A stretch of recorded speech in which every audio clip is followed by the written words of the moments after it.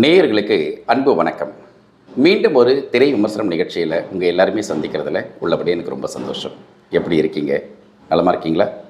தமிழ் சினிமாவில் கொஞ்சம் கொஞ்சம் வித்தியாசமான படங்கள், கொஞ்சம் கொஞ்சம் ஆச்சரியமான படங்கள், கொஞ்சம் கொஞ்சம் ரசிக்கக்கூடிய படங்கள், இப்படிலாம் சில படங்கள் நம்மளை பார்க்க தூண்டும் இல்லையா?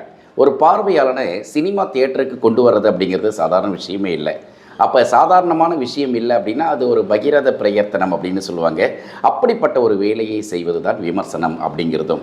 ஆனால் அந்த விமர்சனம் குத்தி கிழிக்கிறதாகவும் காயப்படுத்துறதாகவும் இருக்கக்கூடாது அப்படிங்கிறது தான் எல்லாருடைய எதிர்பார்ப்பும் கூட. அப்படிப்பட்ட ஒரு விமர்சனமாக தான் இந்த படத்தை பற்றிய விமர்சனமாக இருக்க போது. வாங்க திரை விமர்சனத்திற்கு போகலாம். ஒயிட் டவுன் ஃபிலிம்ஸ் தயாரிப்பில் வந்திருக்கக்கூடிய படம் எப்புட்றா. எப்படிரா அப்படின்னு சொல்லிட்டு ஒரு டைலாக் ரொம்ப ஃபேமஸ் இல்லையா? மீம்ஸ்லலாம் அதிகமாக போய்ட்டு சின்ன பையன் பேசினேன். இந்த டைலாக் இந்த படத்தினுடைய தலைப்பாக மாறி இருக்குது. இந்த படத்தினுடைய கதையும் இந்த எப்புட்றா அப்படிங்கிற தலைப்பும் ரெண்டுமே பொருந்தி இருக்குது. அப்படிங்கிறதுனால திரைக்குழுவினருக்கு முதலில் நம்மளுடைய பாராட்டுக்கள். ஒயிட் டவுன் ஃபிலிம்ஸ் தயாரிப்பில் வந்திருக்கக்கூடிய இந்த படத்தினுடைய கதை என்ன அப்படிங்கிறத பார்க்கலாம். தமிழ் சினிமாவில் எப்பவுமே ஒரு படத்தை ஓப்பன் பண்ண உடனேயே ஆடியன்ஸை பார்க்க வைக்கக்கூடிய சில விஷயங்களை செய்வாங்க. அதை மிக அழகாகவே செஞ்சுருக்கிறாங்க இந்த டீம். டைட்டில் ஆரம்பித்த உடனேயே 21/6/2021 பாண்டிச்சேரி 12 AM அதிகாலை 12 மணி அப்படின்னு சொல்லிட்டு ஒரு டைட்டில் போகுது. டைட்டில் ஆரம்பித்து டிசால்வ் ஆன உடனேயே ஒரு சின்ன பொண்ணு அப்புறம் ஒரு பெரிய மனுஷன் 2 பேர் ஓடி வராங்க. ராத்திரி நேரம், அதிகாலை நேரம் இல்லையா? ஓடி வராங்க. யாரோ துரத்துறதுனால அவங்க ஓடிட்டு வராங்க. இவங்க ஏன் ஓடுறாங்க அப்படின்னு சொல்லிட்டு நம்ம பார்வையை அந்த பக்கம் திசை திருப்புறதுக்கு முன்னாடி இன்னொரு சந்தில் இருந்து ஒருத்தன் ஓடி வரான். ஏன்டா ஓடுறான், யாரா நீ அப்படின்னு சொல்லிட்டு நம்ம யோசிக்கும் போது அவனை துரத்திக்கிட்டு ஒரு 5 பேர் வராங்க. ஒரு சந்து வழியாக ஒரு குழந்தையோட ஒருத்தர் ஓடி வர்றார். இன்னொரு பக்கம் ஒரு பெரிய இளைஞன் ஒருத்தன் ஓடி வரான். அவன் பின்னாடி துரத்திக்கிட்டு 5 பேர் வராங்க. இவங்க எதுக்கு ஓடுறாங்க அப்படின்னு இந்த படத்தினுடைய கதையை சொல்ல ஆரம்பிக்கிறாங்க. இவங்க எதுக்கு ஓடுறாங்க, வாங்க பின்னாடி போய் தெரிஞ்சுக்கலாம் அப்படின்னு சொன்னோன்னே நம்மளும் பின்னாடி போய் தெரிஞ்சுக்கலாம் அப்படின்னு சொல்லிட்டு தயாராகிறோம். ஸோ கதையை இப்படி தான் ஆரம்பிக்கிறாங்க. ஏன் துரத்துறாங்க, இந்த குழந்தையோடு ஓடி வந்தவன் ஏன் ஓடுகிறான், அவனை ஏன் மற்றவங்க துரத்துறாங்க, அதே மாதிரி ஒருத்தனை சுற்றி ஒரு 5 பேர் ஓடி வராங்களே ஏன். இதுதான் படத்தினுடைய ஒட்டுமொத்தமான கதை. ஒரு 2.5 மணி நேரம் ஒரு படத்தை பார்க்கறதுக்கான நாட்டை பிடிச்சிட்டாங்க. படத்தில் ஒரு முக்கியமான கதாபாத்திரம், அந்த கேரக்டர் என்ன பண்ணுது அப்படின்னா லவ் பண்ணுது. லவ் பண்ணுறப்ப அந்த கேரக்டர் காதல் கை கூடலை. தன்னுடைய காதல் ஒருதலை காதலாக போகிறதுனால ஃபெயிலியர் ஆகிடுதே அப்படிங்கிறதுனால சூசைட் பண்ணிக்கணும்னு போகிறப்ப தன்னுடைய நண்பர்களை கூப்பிட்டு வச்சுக்கிட்டு நான் சூசைட் பண்ணிக்க போகிறேன்டா அப்படின்னு சொல்லிட்டு அது ஸ்கூல் காலத்துலேருந்து ஆரம்பித்து காலேஜ் காலம் போய் வேலை தேடுற காலம் வரைக்குமே தொடருது அப்படிங்கிறது அந்த சுவாரஸ்யம். என்ன பண்ணுறான், சம்மந்தப்பட்ட அன்னைக்கு ஒரு ஒயின் ஷாப்பில் தண்ணி அடிக்கிறதுக்கு உக்காந்துக்கிட்டு தான் சூசைட் பண்ண போகிறேன் அப்படின்னு தன்னுடைய நண்பனுக்கு ஃபோன் பண்ணுறான். நண்பன் படுத்துக்கிட்டு இருக்கான், நல்ல தூக்கம். அவன் எழுந்து என்னடா அப்படின்னு, இல்லை நான் சூசைட் பண்ணிக்க போகிறேன். பண்ணிக்க ஏண்டா அப்படின்னு, இல்லைடா நிஜமாலுமே நான் சூசைட் பண்ணி தொலையேண்டா அப்படின்னு சொல்லிட்டு இவன் சொல்ல இவர்களுக்குள் அந்த உரையாடல் வேறு வழியே இல்லாமல் நண்பனை பார்க்குறதுக்கு வரான். வந்தவனை பாடுறா என்னுடைய காதல் கை கூடாமல் போயிடுச்சு, அதுக்குன்னு ஒரு காரணம் சொல்கிறான். ஏன் அந்த காதல் கை கூடலை அப்படிங்கிறதுக்கு ஒரு சம்பவத்தை சொன்னோன்னே, அடே பாவி எதுக்குடா என் தூக்கத்தை கெடுத்த அப்படின்னு சொல்லிட்டு இவன் கேட்க, உனக்கு தூக்கம் வேண்டி கிடக்கா, நான் என் வாழ்க்கையை வெறுத்து போய் உட்காந்துருக்கேன், நான் சூசைட் பண்ணிக்கலான்ட்டு இருக்கேன் அப்படின்னு சொல்லிட்டு தன்னுடைய துக்கத்தை மட்டுமே தன் நண்பன்கிட்ட சொல்லிக்கிட்டு இருக்கான். ஸோ என்ன ஆகிடுது, வச்சிருக்கக்கூடிய சரக்கை 2 பேருமே குடிச்சிடறாங்க. நண்பன் வந்தான் பார்த்தீங்களா, தூங்கிட்டு இருந்த பையன், அவன் மட்டையாயிடுறான். ஃப்ளாட் ஆனவொடனே இவருக்கு நல்ல போதையில் அவனை கூப்பிட்டுக்கிட்டு, தனி வாடா நான் அவனை கொண்டு போய் பத்திரமா வீட்டில் சேர்க்குறேன்னு சொல்லிட்டு 2 வீலரில் கிளம்புறாங்க. இவங்க கிளம்பி போகும்போது ஏற்படக்கூடிய சம்பவங்கள் தான். ஒரு குழந்தையை கடத்திக்கிட்டு ஒரு டீம் வருது. அது அரசியல் பின்புலத்தில் செயல்படுறாங்க. அந்த குழந்தையை கடத்திக்கிட்டு வர வண்டி நின்றுட்டுருக்கு. ஸோ அந்த இடத்துல இந்த நண்பர்கள் இருவரும் வராங்க. ஸோ நண்பன் நல்ல மப்புலர் கண்ணுன்னு சொல்லிவிட்டு அவனை தூக்கி வண்டியில் போடலான்னு பார்த்தப்ப குழந்தை இருக்குது. அந்த குழந்தையை கூப்பிட்டுக்கிட்டு காப்பாற்றலான்னு சொல்லிட்டு கிளம்பும்போது இந்த வண்டி சம்மந்தப்பட்ட அந்த குழந்தையை கடத்திட்டு வந்தாங்களே அவங்க இவங்கள பார்த்துட்டு துரத்த ஆரம்பிக்கிறாங்க. ஸோ இந்த இடத்துல ஏற்கனவே வண்டியில் ஒருத்த குடிச்சிட்டு ஃப்ளாட்டாக இருக்கானே அவனும், அதுக்கப்புறம் ஏன் இவன் ஃப்ளாட் ஆனவனை எல்லாருமே ஒட்டுமொத்தமாக எங்கே கொண்டு போய் சேர்க்குறாங்க அப்படிங்கிறதையும் படத்தினுடைய திரைக்கதை வழியாக ஒவ்வொன்றா சொல்லி முடிக்கிறாங்க. ஆனால் கொஞ்சம் குழப்பமான விஷயந்தான், சொல்ல முடியாது. எப்படிரா அப்படி நீங்கள் கேட்பீங்க. ஸோ நானே இன்றைக்கி கெட்டப்பில் செஞ்சு கண்ணாடியெல்லாம் போட்டுக்கிட்டு ஒரு மாதிரி பேசுகிறேன் இல்லையா? ஸோ அதனால் என்னென்னா இந்த படத்தில் ஒவ்வொரு சம்பவத்தையும் ரொம்ப அழகாகவே நகைச்சுவையாகவே நகர்த்தி இருக்கிறாங்க. முழுக்க முழுக்க பாண்டிச்சேரி ஒரு அதிகாலை 12 மணிக்கு ஆரம்பித்து கதை ஓடிக்கிட்டே இருக்குது. ஸோ இவங்க எல்லாரும் ஒரு பாழடைஞ்ச மண்டபத்துக்குள்ளே போயிடுறாங்க.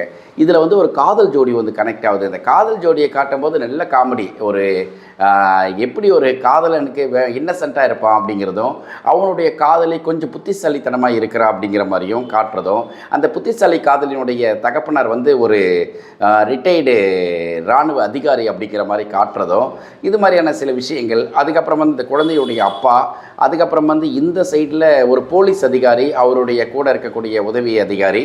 ஸோ இவர்களுக்குள்ள விஷயம், அப்புறம் வந்து நண்பனை பைக்கில் கொண்டு போகிறப்ப ஏற்படக்கூடிய சம்பவங்கள், இதை எல்லாத்தையும் ஒட்டு மொத்தமாக ட்ராவல் பண்ணி இந்த படத்தை எப்பட்றா அப்படின்னு சொல்லிட்டு முடிச்சிருக்கிறாங்க. படத்தை பார்த்திங்கன்னா ரொம்ப சுவாரஸ்யமாக இருக்கும். ஏன்னா ஓடி வரும்பொழுது குழந்தையோடு வந்து துரத்திக்கிட்டு வராங்களே, ஏன் துரத்துறாங்க அப்படிங்கிறப்ப வேலிடான ரீசன். அதே மாதிரி இன்னொரு பக்கம் ஒருத்தன் ஓடுறான், 5 பேர் துரத்துறாங்க, ஏன் இவனை துரத்துறாங்க நம்ம கேட்போம் இல்லையா, அதுக்கான ஒரு அழகான ரீசன். இதற்கு மத்தியில் ஒரு காதலை வைத்து காதலன் காதலி ஓடி வராங்க. இவங்க ஓடி வர்றதுக்கு யார் துரத்துறாங்க, ஒன்று துரத்துறதுக்கு ஒரு ரீசன் இருக்கும் இல்லையா, எல்லாத்தையும் சேர்த்து ஒரு பர்டிகுலர் புள்ளியில் சேர்த்து கதையை ரொம்ப அழகாக கிளைமேக்ஸுக்கு கொண்டு போய் நிப்பாட்டுறாங்க. அது மட்டும் இல்லை, கிளைமேக்ஸில் தான் ஒரு சுவாரஸ்யம். என்ன அப்படின்னா, கல்யாணம் ஆகிடும். அந்த ஃப்ளாட்டான தண்ணி அடித்து நல்ல மப்பானதுக்கப்புறம் தான் இந்த கதையே நடக்கும். ஸோ அப்படிப்பட்ட அந்த சம்மந்தப்பட்ட நண்பன் வந்து கல்யாணம் பண்ணிப்பான். வழக்கம் போல் சூசைட் பண்ணிக்கிற பார்ட்டி கால் பண்ண, டே என்னடா பண்ணுற, நான் கல்யாணம் பண்ணிவிட்டு இன்றைக்கி ஃபஸ்ட் நைட் ஆக போதுடா, நான் பெட்ரூமில் இருக்கேன்டா அப்படின்வான். உனக்கு அது வேண்டி கிடக்கா, நான் சாக போகிறேன்டா, செத்து போயேன்டா, ஏன்டா என் உயிர் எடுக்கிற அப்படின்னா, இல்லைடா நீ வந்து பாருடா அப்படின்வான்.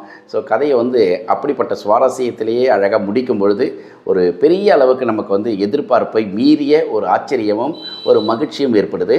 எப்பட்றா அப்படிங்கிறது வந்து நம்ம எல்லாருமே சொல்லிக்கிற மாதிரி எப்பட்றா அப்படின்ட்டு பாண்டிச்சேரியிலேயே முழுக்க முழுக்க ஷூட் பண்ணியிருக்கிறாங்க. படத்தில் நடிச்சிருக்கக்கூடிய நடிகர்கள் எல்லாருமே புதுமுகமாக தான் இருக்காங்க. ஆனால் பல பேருக்கு வந்து இந்த நடிப்பு ரொம்ப சாதாரணமாக வருது. ரொம்ப கஷ்டப்படவே இல்லை, ரொம்ப இயல்பாக நடிச்சிருக்காங்க. நதோஷியா ஜெயின் ஜூலியன் இவங்க இந்த படத்தில் நடிச்சிருக்காங்க.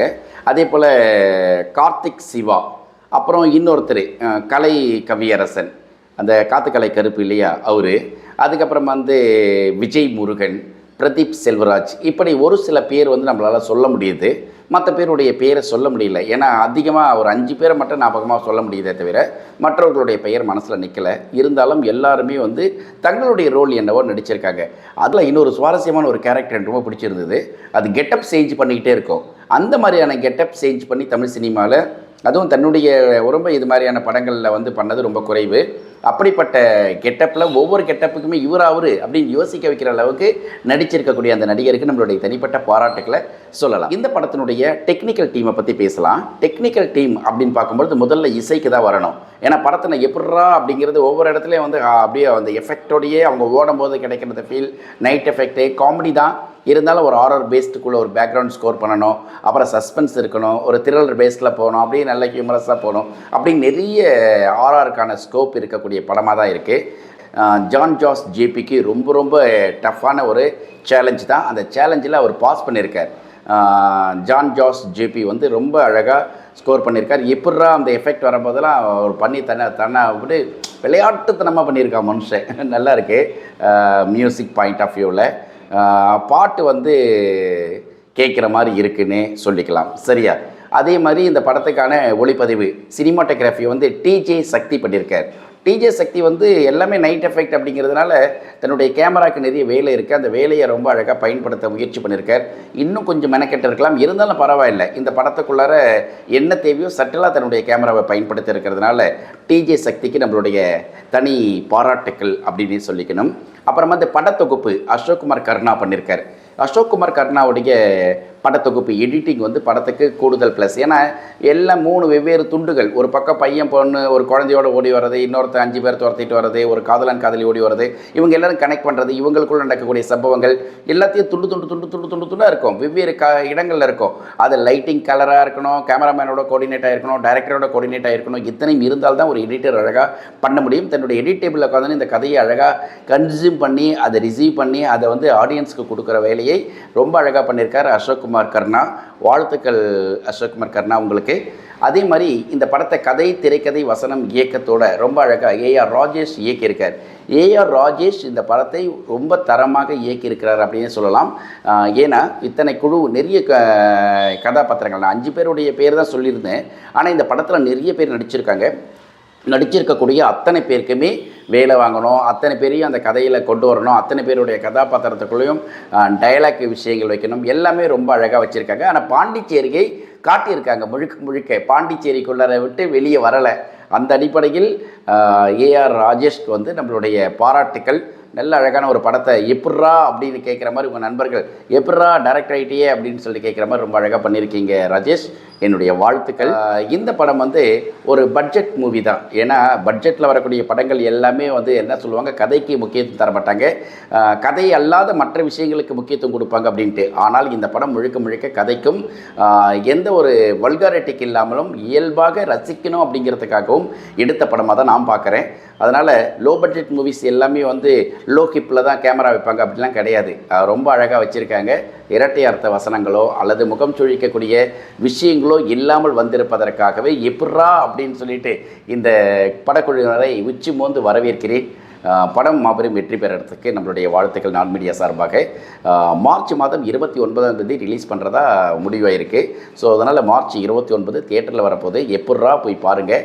கண்டிப்பாக அவங்க எல்லாருக்குமே பிடிக்கும். ஏன்னா ஒரு சினிமாவை ஓப்பனிங்லேருந்து கடைசி வரைக்கும் உட்கார வைக்கிறதுக்காக செய்யக்கூடிய விஷயங்கள் எவ்வளோ இருக்குது, அத்தனை விஷயங்களையும் ரொம்ப அழகாக இந்த இளைய குழு செய்திருக்கிறது. அப்படிங்கிற வகையில் நமக்கு ரொம்ப திருப்தி தான். நல்ல சினிமா ரசிகர்களுக்கு ஒரு ட்ரீட் காத்திருக்கிறது அப்படின்னே சொல்லணும். இன்னும் மேலும் படங்கள் செய்யணும்னு சொல்லிட்டு இந்த டீமுக்கு நம்மளுடைய வாழ்த்துக்களை சொல்லலாம். மீண்டும் அடுத்த ஒரு திரை விமர்சனம் நிகழ்ச்சியில் இன்னொரு ஆகச்சிறந்த படத்தினுடைய விமர்சனத்துடன் உங்களை சந்திக்கிறேன். அது வரைக்கும் வேற என்ன, அன்பு வணக்கங்களையும் வாழ்த்துக்களையும் சொல்லி விடைபெற்றுக்கிறேன். என்று உங்கள் நேசத்திற்குரிய Naga. See you. Bye bye.